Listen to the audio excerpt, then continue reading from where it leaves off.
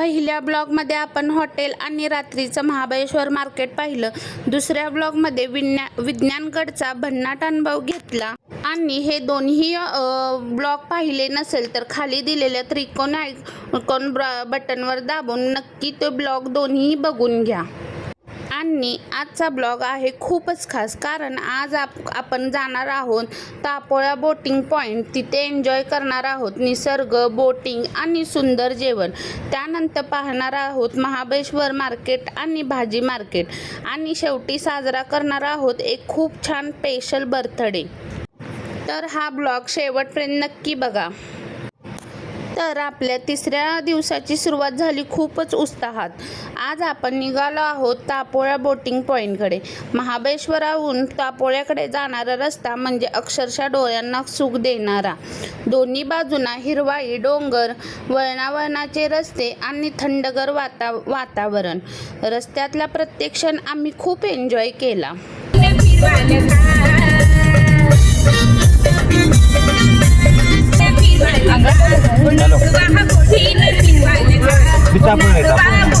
आणि शेवटी आम्ही पोचलो तापोळा बोटिंग पॉईंटवर. खरं सांगायचं तर हे ठिकाण पाहता क्षणी मन अगदी प्रसन्न झालं. शांत पाणी, आजूबाजूला डोंगर, निसर्गाची सुंदर साथ. तिथे उभं राहिलेले की शहरातला सगळा थकवा, ताण आणि गडबड जणू काही दूरच निघून जाते. आणि मग सुरू झाली आपल्या दिवसातील सगळ्यात मजेशीर गोष्ट म्हणजे बोटिंग. बोटिंग करताना जो अनुभव आला ना, तो खरं शब्दात सांगणं कठीण आहे. थंड वारा चेहऱ्यावर येत होता, पाण्याच्या लाटा हळूच बोटीला स्पर्श करत होत्या आणि समोर दिसणारा निसर्ग म्हणजे अगदी पोस्टकार्ड सारखा सुंदर वाटत होता. इथे आलेलं हे पाणी पाहून तर आमची गँग सगळी पाण्यातच उतरली.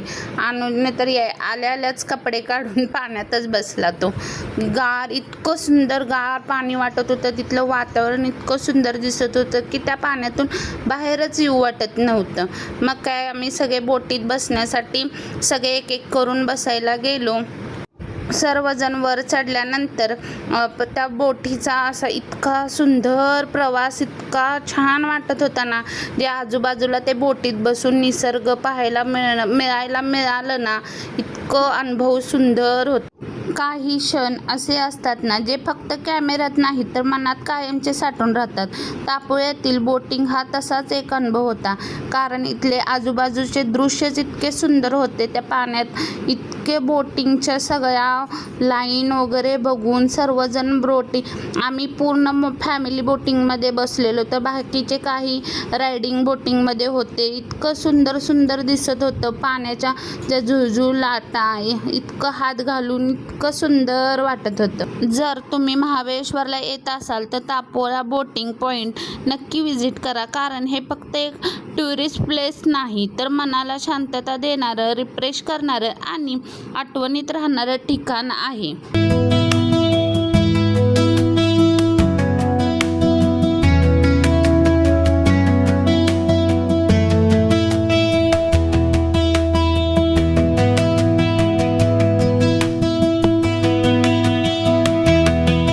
बोटिंगचा सुंदर अनुभव घेतल्यानंतर आम्हाला चांगलीच भूक लागली होती आणि तिथे जवळ एक खूप छान हॉटेल मिळालं. हॉटेल खूप साधं, शांत आणि आरामदायी होतं. पण तिथे मिळालेलं जेवण खरंच सांगते, साधं होतं पण इतकं सुंदर आणि मनापासून बनवलेलं होतं ना, मन अगदी कसं तृप्त झालं होतं. काही वेळांना खूप फॅन्सी डिशेसपेक्षा असं गरमागरम, साधं, चविष्ट आणि प्रेमाने बनवलेलं जेवण जास्त लक्षात राहतं. त्या क्षणी आम्ही फक्त जेवत नव्हतो तर त्या ट्रिपमधला एक सुंदर, शांत, समाधान देणारा क्षण जगत होतो. फिरणं, फोटो काढणं, सायन्स स्टिक हे सगळं असतंच, पण अशा छोट्या छोट्या गोष्टी जसं सुंदर जेवण यामुळेच ट्रिप अजून स्पेशल वाटते. जेवण झाल्यानंतर आम्ही परत हॉटेलवर आलो. दिवसभराचा थोडासा थकवा होता म्हणून थोडा आराम केला, फ्रेश झालो आणि पुन्हा संध्याकाळसाठी तयार झालो. आणि खरं सांगायचं तर अशा ट्रिपमध्ये हा छोटासा ब्रेक खूप गरजेचा असतो. थोडा आराम केला की पुन्हा बाहेर फिरायला जायची मजाच वेगळी असते. संध्याकाळी आम्ही निघालो महाबळेश्वर मार्केटकडे. महाबळेश्वरला येऊन मार्केटमध्ये फेरफटका नाही मारला तर ट्रिप जरा इनकम्प्लीटच वाटते. मार्केट एक वेगळीच होती. लाईट्स, लोकांची गर्दी, दुकानाची रांग, वेगवेगळ्या वस्तू आणि सगळीकडे उत्साह. कुठे बॅग, कुठे फुटवेअर, कुठे स्वीट, कुठे छोट्या छोट्या गिफ्ट्स आयटम. फिरत राहावं आणि बघत राहावं असं वातावरण होतं. आणि यावेळी आम्ही भाजी मार्केटसुद्धा बघितलं. हे बघायला खूप छान वाटलं, कारण टुरिस्ट प्लेसमध्ये फक्त शॉपिंग नाही तर तिथलं लोकल जीवन, लोकांची दैनंदिन गडबड आणि बाजाराचं खरंखुरं रूपही दिसतं. भाजी मार्केटमध्ये एक वेगळीच फ्रेशनेस होती. सगळीकडे रंगीत भाज्या, लोकांची गर्दी, आवाज आणि एकदम लोकल फील, हे सगळं अनुभवायला खूप छान वाटलं. त्याचबरोबर आम्ही थोडंसं शॉपिंग केलं. काही आठवणी म्हणून वस्तू घेतल्या, काही आवडलेल्या गोष्टी घेतल्या आणि अर्थातच मार्केटमध्ये फिरणं म्हणजे फोटो, व्हिडिओ आणि मजा तर असतेच. कधीकधी शॉपिंगपेक्षा त्या जागेचा जास्त लक्षात राहतो आणि महाबळेश्वर मार्केटने तसाच एक सुंदर फील दिला. आणि आता वेळ झाली होती आपल्या या संपूर्ण ट्रिपमधल्या सगळ्यात स्पेशल मुमेंटची. खरं तर या ट्रिपचं मुख्य कारणच हे होतं, माझ्या मैत्रिणीच्या मुलाचा बर्थडे सेलिब्रेशन करायचा होता आणि म्हणूनच हा दिवस आमच्यासाठी अजून खास होता. सगळे एकत्र जमलो, थोडी बर्थडेची तयारी झाली, केक आणला, फोटो व्हिडिओसाठी सगळी तयारी झाली आणि सगळ्यांच्या चेहऱ्यावर एक वेगळीच एक्साइटमेंट दिसत होती. आणि मग आला तो सगळ्यात सुंदर क्षण, केक कटिंग मुमेंट. हॅपी बर्थडेच्या गजरात, हसणारे चेहरे, आनंदाने भरलेल्या वातावरणात आणि त्या छोट्याशा सेलिब्रेशनमध्ये इतकी पॉझिटिव्हिटी होती ना की तो क्षण खूप स्पेशल वाटला. लहान मुलांचा आनंद बघितला की खरंच मन भरून येतं. त्याचा निरागस चेहरा, केक कापतानाचा आनंद, सगळ्यांसोबत सेलिब्रेट करण्याची मजा, हे सगळं पाहून वाटलं यासाठी तर आपण इतक्या उत्साहाने ही ट्रिप प्लॅन केली होती. महाबळेश्वरची ठिकाणे खूप सुंदर आहेतच, पण या ट्रिपला खरं सौंदर्य दिलं ते अशा मुमेंट्सने.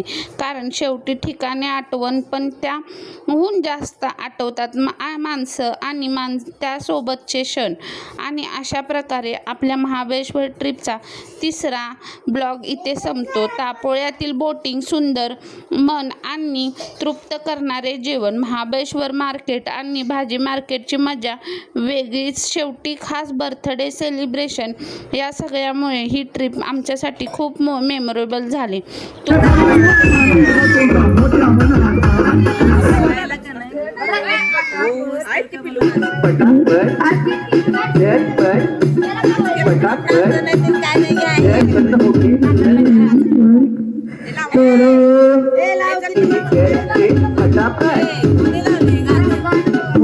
मोबाईल घेऊन घे.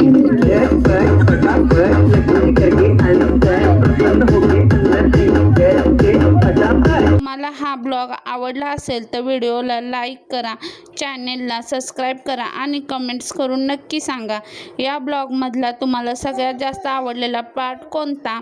पुन्हा भेटूया अशाच नवीन एका ब्लॉगमध्ये. तोपर्यंत काळजी घ्या आणि धन्यवाद.